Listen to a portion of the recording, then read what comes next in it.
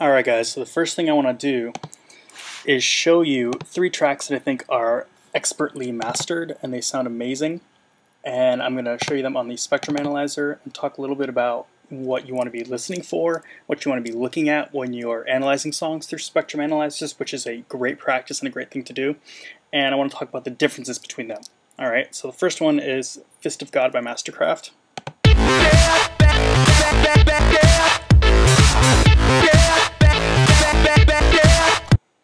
Alright, as you can see here, the kick is hitting at like -13 or so. Yeah, like -13 or -14. This is the kick right here. And then you can see the curve of the entire song is really important, something you really need to be paying attention to.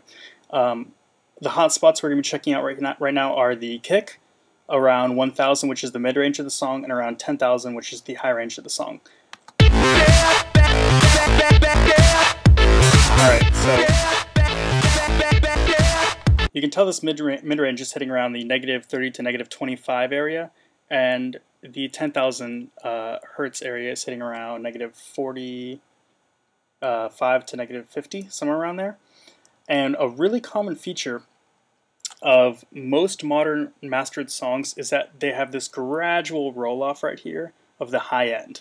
And it usually starts somewhere around 2,000, right around there, and it just rolls off real gently like that, all the way till about 20,000 hertz, which is the very top of your hearing range. Super common feature.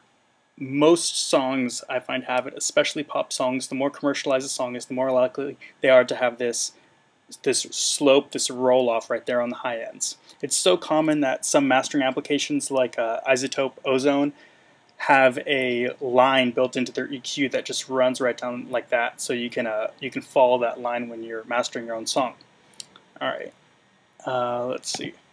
The reason why I pointed out the levels of the kick, which was -14, I believe, and the mid-range and high-range is because we're going to compare them to our next track, which is Babylon by Congo Rock.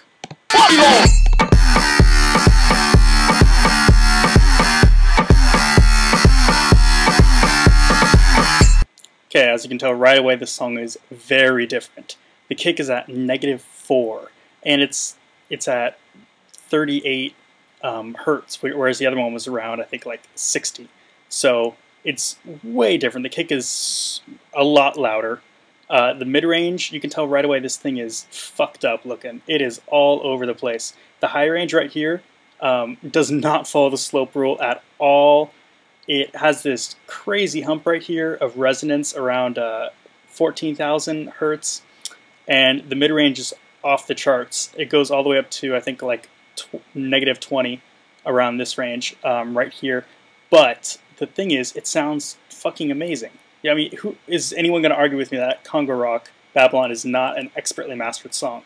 So yeah, it doesn't follow the traditional rules that we usually see, but it looks great and it sounds great, and that's really all that matters. Is that at the end of the day, you play it in your car and it sounds good. So it can, even though it doesn't look great, it still sounds great. That's all that matters. So these are just general ideas. You don't always need to be following the rules, quote unquote.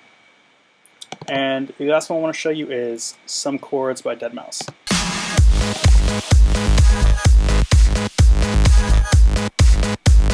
Okay, right now you can notice the kick is at -7, which is pretty damn loud.